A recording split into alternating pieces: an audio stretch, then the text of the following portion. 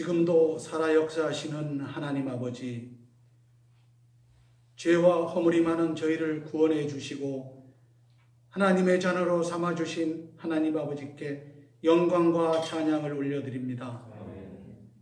코로나 대유행으로 온전히 주님 전에 나아가 예배 드리지 못할지라도 예배를 사모하는 심령들이 각각의 처소에서 온 마음과 뜻을 다하여 신령과 진정으로 드리는 예배를 하나님 흠량하여 주시기를 간절히 바라옵나이다.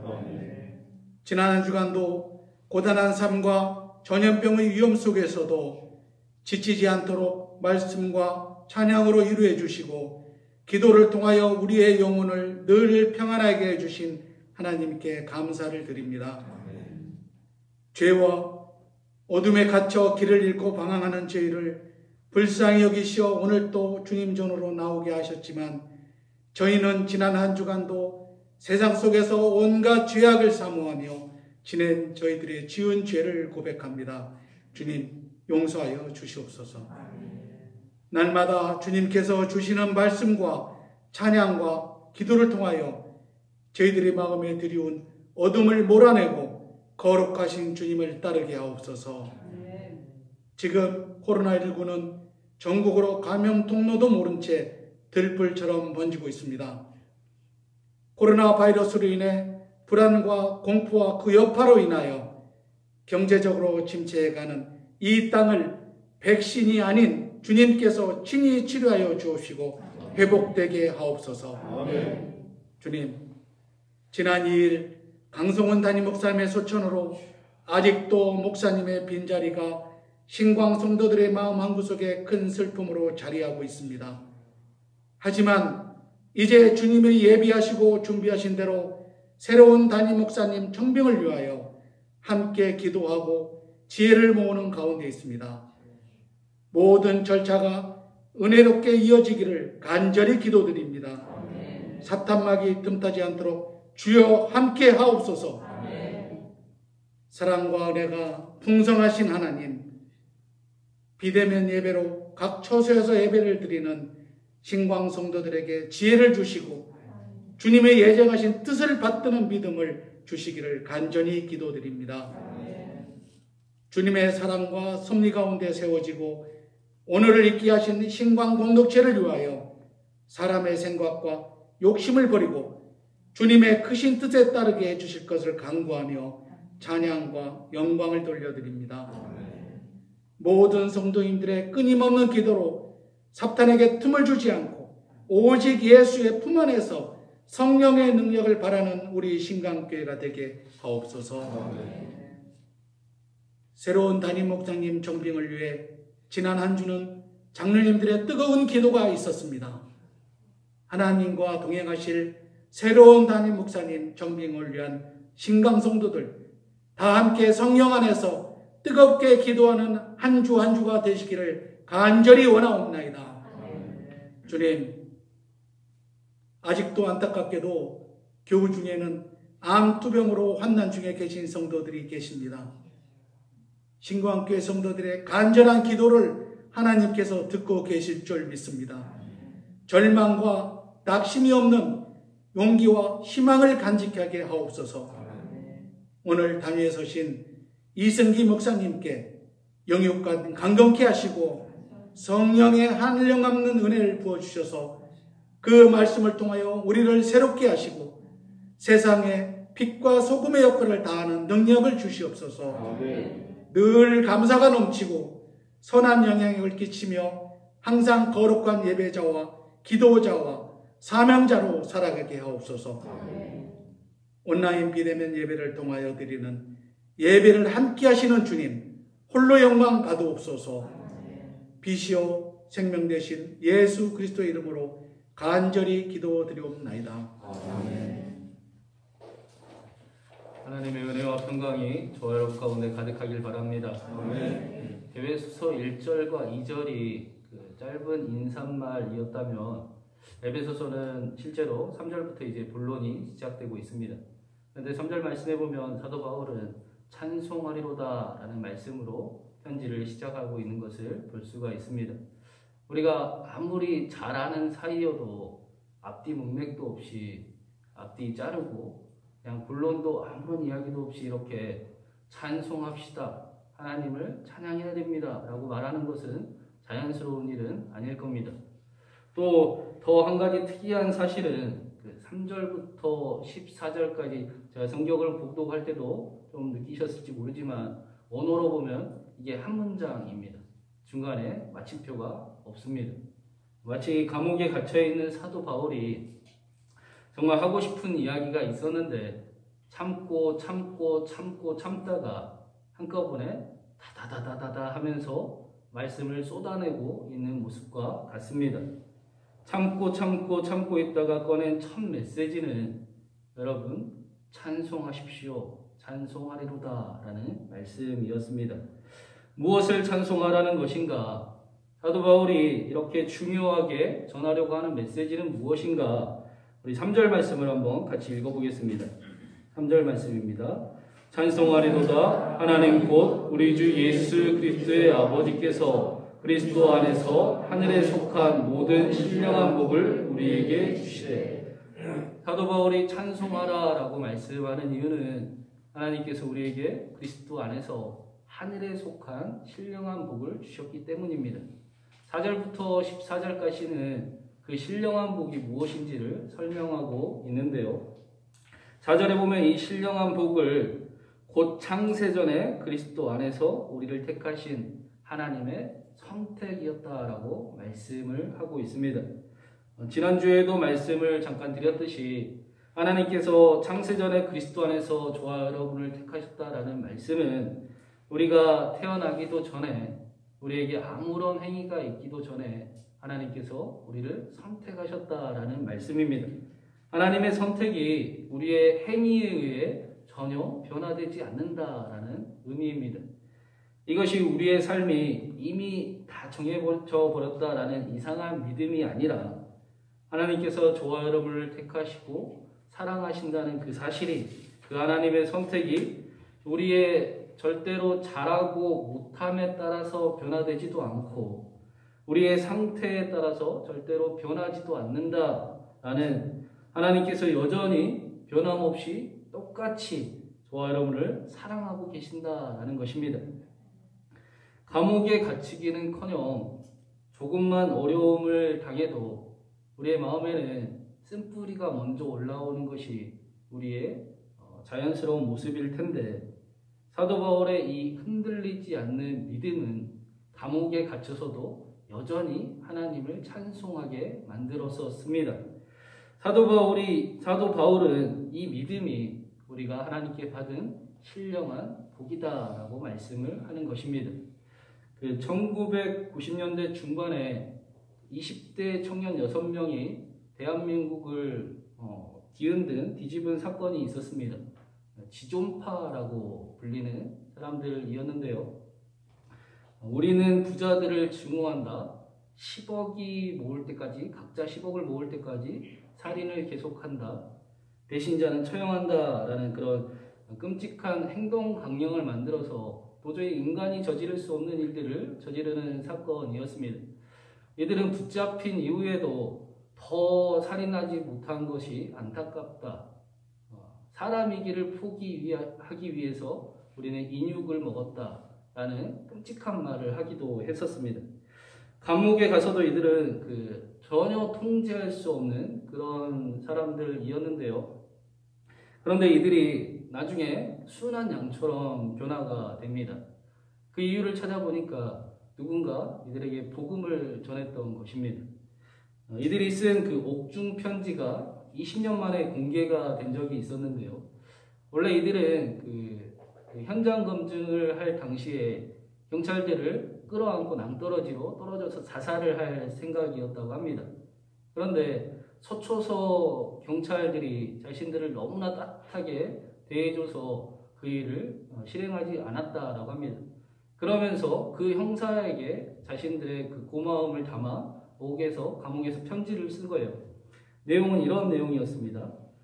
저는 이 안에 들어와 난생 처음 하나님이란 구세주를 알게 되었습니다. 처음에는 내가 한 일이 진정 나쁜 일인지는 몰랐습니다. 그러나 주님을 영접한 다음부터 죄인임을 깨달아 늘 참회하는 기도를 드리고 있습니다. 또 다른 사람의 편지인데요. 지난날 사회를 어지럽히던 살인자 김연양이 예수님의 종이 되었다고 전해주세요. 그리고 이 세상이 서로를 존중하며 아껴주는 마음을 가지고 사랑을 베푼다면 저 같은 죄인은 다시 태어나지 않을 것이라는 것을 잊지 말고 전해주세요. 선생님이 나눠주신 사랑을 어떻게 갚아야 할지 모르겠습니다. 그저 조금 남은 생이지만 제가 할 수 있는 사랑을 베풀면서 살아야겠지요. 선생님 고맙습니다. 그리고 사랑합니다. 그러면서 하는 말들이 이 좋은 것을 왜 이제야 전해주었느냐라고 원망을 했다고 합니다. 지존파에게 하나님께서 자신들을 선택하셨다라는 그 사실은, 그 믿음은 그들의 삶을 변화시키기에 충분한 것이었습니다.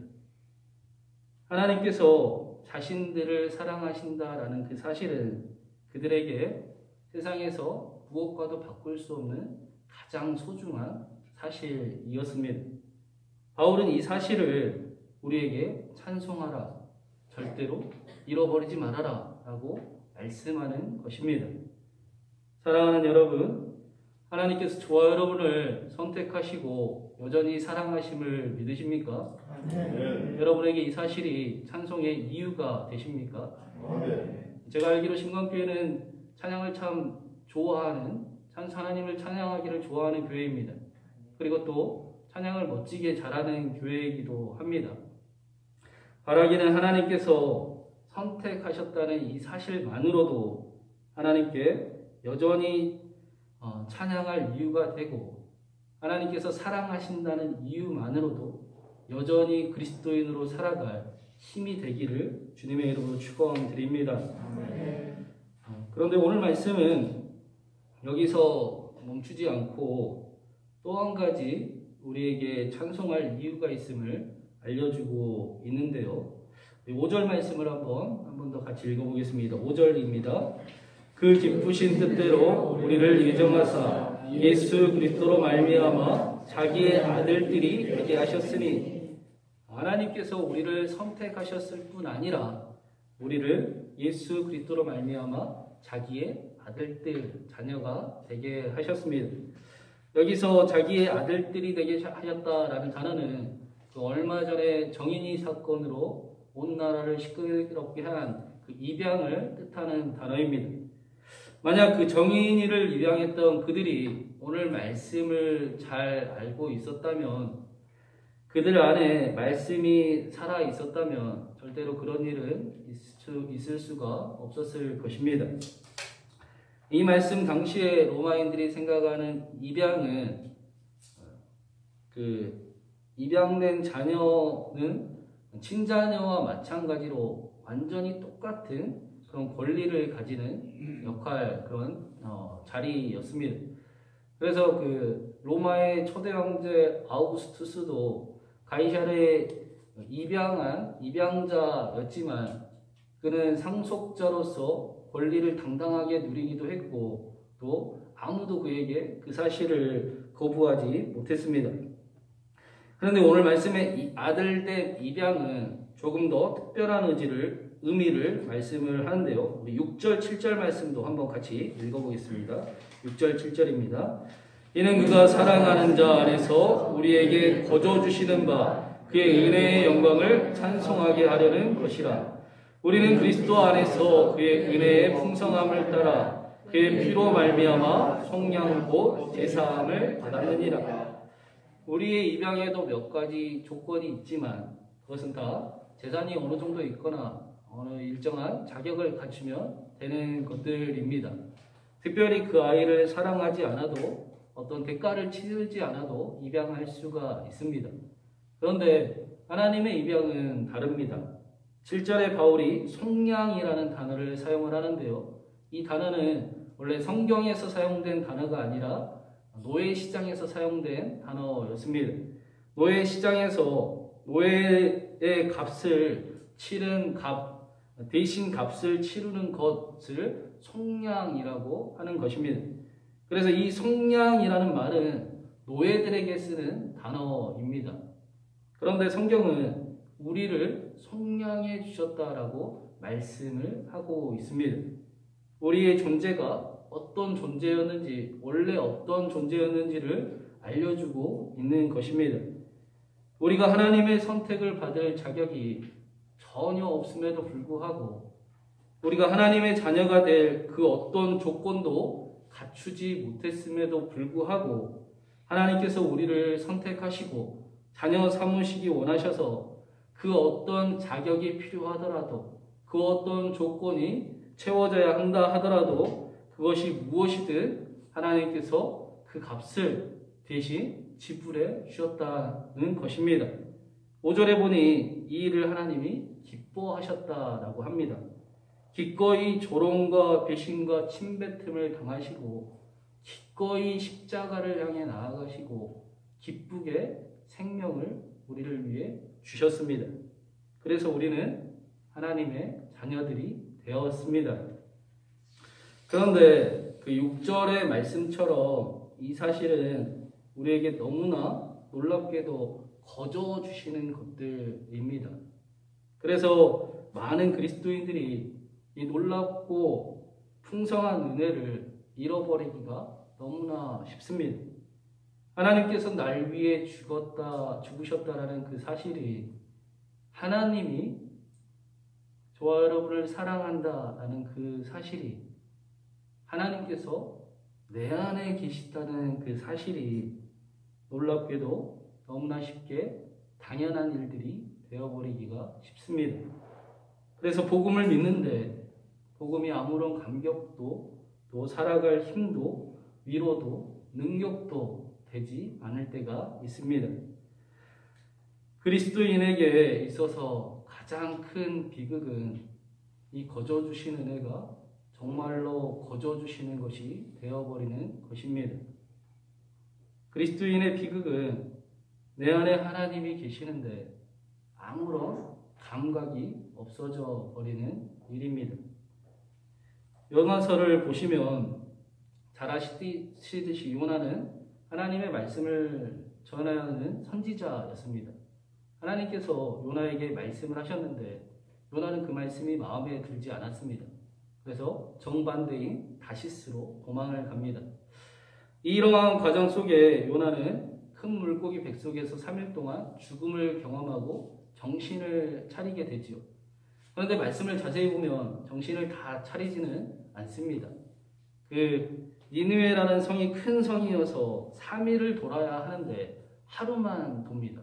그리고는 밖에 나가 그 성이 망하나 안 망하나 지켜보고 앉아 있습니다. 그런데 그때 그 요나가 사는 동네는 굉장히 뜨거운 땡볕이 있는 동네여서 그 머리가 너무 뜨겁고 힘들어하고 있는데 박농쿨이 그늘을 만들어줘서 요나의 마음이 매우 기쁘고 좋았습니다. 그런데 그 다음날 그 박농쿨이 사라져버린 거예요. 그래서 하나님께 어떻게 이 박농쿨을 없애버릴 수가 있습니까? 자신에게 조그마한 불편함이 생기니 하나님을 탓하고 하나님께 요구를 합니다. 이렇게 말씀을 해요. 요나서 4장 9절에 하나님이 요나에게 이르시되 내가 이 박농쿨로 말미암아 성내는 것이 어찌 옳으냐 하시니 그가 대답하되 내가 성내어 죽기까지 할지라도 옳으니라 하더라. 하나님 어떻게 제 머리 위에 있던 박농쿨을 없애버릴 수 있느냐라는 것입니다. 저는 요나서를 묵상하면서 이런 생각을 한번 해봤습니다. 하나님께서 보시기에 니느웨 사람들이나 요나나 객관적으로 바라봤을 때 비슷비슷했지 않을까. 니느웨 사람들이 하나님을 거역했지만 요나도 만만치 않았습니다. 하나님께서 하시는 일이 자신의 마음에 들지 않으니 하나님을 제멋대로 행동하고 또 하나님께 화를 내고 대들기도 합니다. 그렇게 다르지 않습니다. 그런데 하나님께서 요나를 선택하십니다. 하나님이 참 불공평하신 것 같습니다. 어쩌면. 그래서 많은 사람들이 하나님께서 하시는 일들을 보고 불공평하다고 하나님을 판단을 하기도 합니다. 그런데 생각해보면 하나님께서 정말로 불공평한 사실은 요나를 선택하셨다라는 사실입니다. 죄와 허물이 있는 저와 여러분을 선택하시고 사랑하신다는 사실입니다. 저와 여러분이 하나님의 자녀라는 사실보다 더 불공평한 사실이 있겠습니까? 여기 저는 하나님의 자녀가 될 자격이 있습니다 라고 말할 분이 한 분이라도 있겠습니까? 그런데 하나님께서 우리를 선택하시려고 그 선택을 책임지시려고 사랑하는 아들의 피로 대신 속량해 주셨습니다. 그것도 억지로가 아니라 우리가 하나님의 자녀가 됨을 너무나 기뻐하시면서 하나님께서 헌신과 생명을 십자가와 함께 내어주셨습니다. 이 불공평한 사랑을 아는 사람들을 그래서 그 사랑에 반응하며 발버둥 치며 그리스도인으로 애쓰며 살아가는 사람들을 성경은 남은 자다라고 말씀을 합니다. 예전에 그 명성교회라고 다들 아시지요? 큰 교회가 있는데 그 목사님이 아들에게 어떻게든 세습을 해보려고 불법을 합법으로 만들려는 그런 일들이 있었습니다. 그때 그 노푸트 스무교회 그 은퇴하신 김동호 목사님께서 이런 글을 쓰셨는데요. 제가 마지막으로 한번 소개해드리겠습니다. 제목은 명성 핑계대지 말고 라는 글입니다. 교회가 교회답지 못할 때, 목회자가 목회자답지 못할 때 거기에 실망하고 교회를 떠나려는 사람들이 많아지게 된다.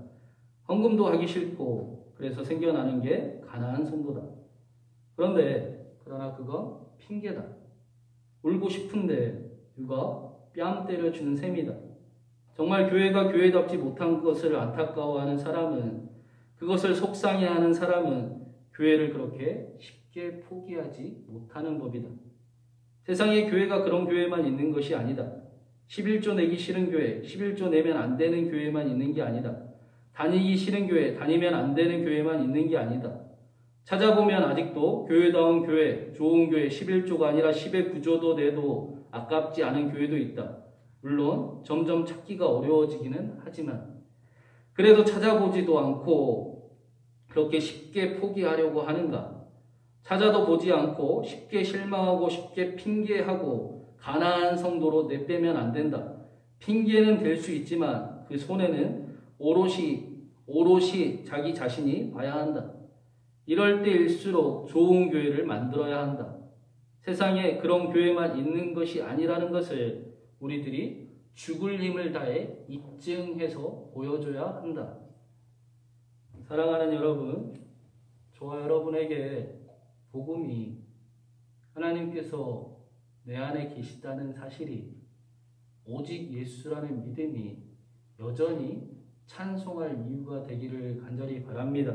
네. 기쁘게 그리스도인으로 살아갈 힘과 위로가 되기를 간절히 기도드립니다. 네. 그래서 세상이 손가락질하는 교회만 있는 것이 아니라는 것을 다시 세상에 보여주는 그런 신광교회가 되기를 간절히 기도드립니다. 아멘. 한 주간 그러한 삶 가운데 삶을 살아가는 저와 여러분을 통해 하나님의 놀라운 은혜와 위로하심과 평강이 넘치실 주님의 이름으로 축원드립니다. 아멘. 같이 기도하겠습니다.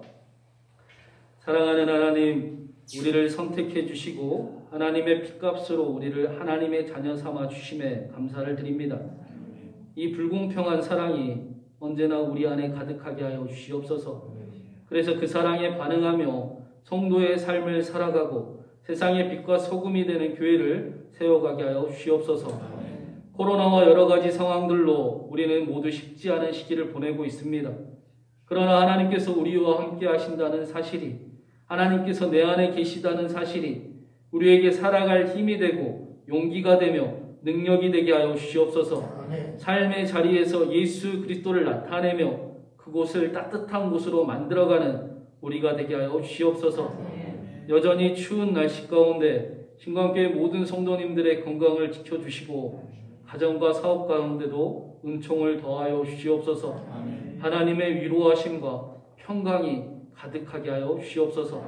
사랑하는 우리 주님 예수 그리스도의 이름으로 간절히 기도드립니다. 아멘. 이제는 우리 구주 예수 그리스도의 놀라우신 은혜와 하나님 아버지의 말도 안 되는 사랑하심과 성령 하나님의 함께 하시고 우리의 삶을 도우시고 이끄심이 복음만이 오직 예수라는 믿음만이 우리의 여전한 찬송의 이유가 되고 그 사실을 알아 그리스도인으로 여전히 살아가기를 발버둥치는 신광교회 모든 성도님들 머리 위에 그들의 삶과 가정과 심령과 또 사업과 일터와 삶의 자리 위에 또 사랑하는 신광교회 위에 또 아픔 가운데 또 힘든 상황 가운데 힘들어하고 소망을 바라는 가정과 또 성도들 머리 위에 이 나라 이 민족 위에 이제로부터 영원히 함께 하시기를 간절히 축원하옵나이다. 아멘.